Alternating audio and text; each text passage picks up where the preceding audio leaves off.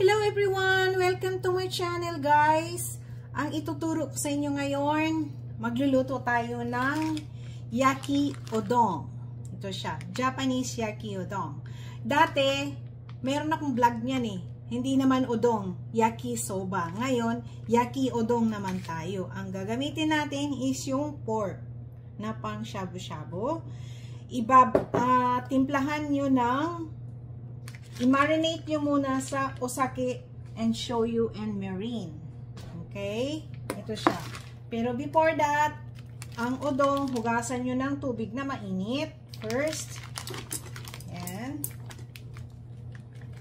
Kasi para magkahiwalay-hiwalay siya, ihiwalay-hiwalay nyo, pakuluan nyo muna ng isang beses ng tubig na pinakulo. Okay? Ngayon, pag pinakulo mo na yan siya, tanggalin mo. Okay? Babalikan ko kayo. Yan.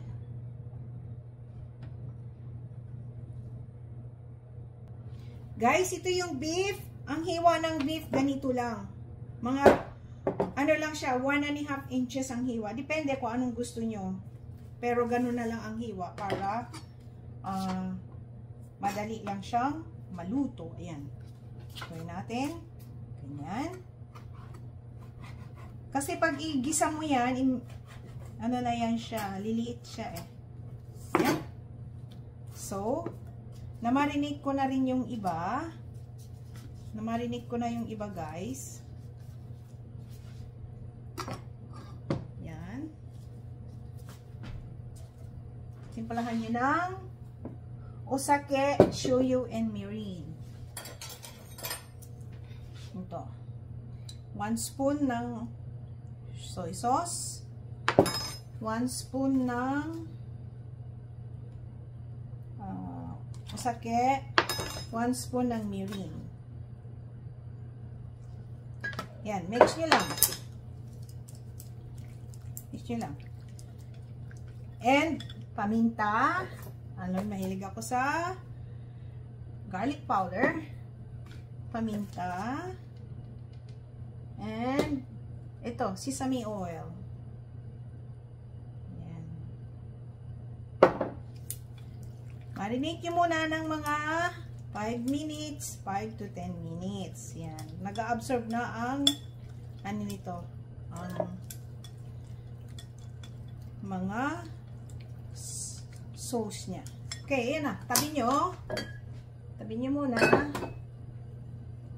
Kumulo na yung ating udong. Tanggalin nyo na yan. Tanggalin nyo. Wow. Guys, ito na. Natanggal ko na. Para nagkahiwala na siya ganyan, no? Okay.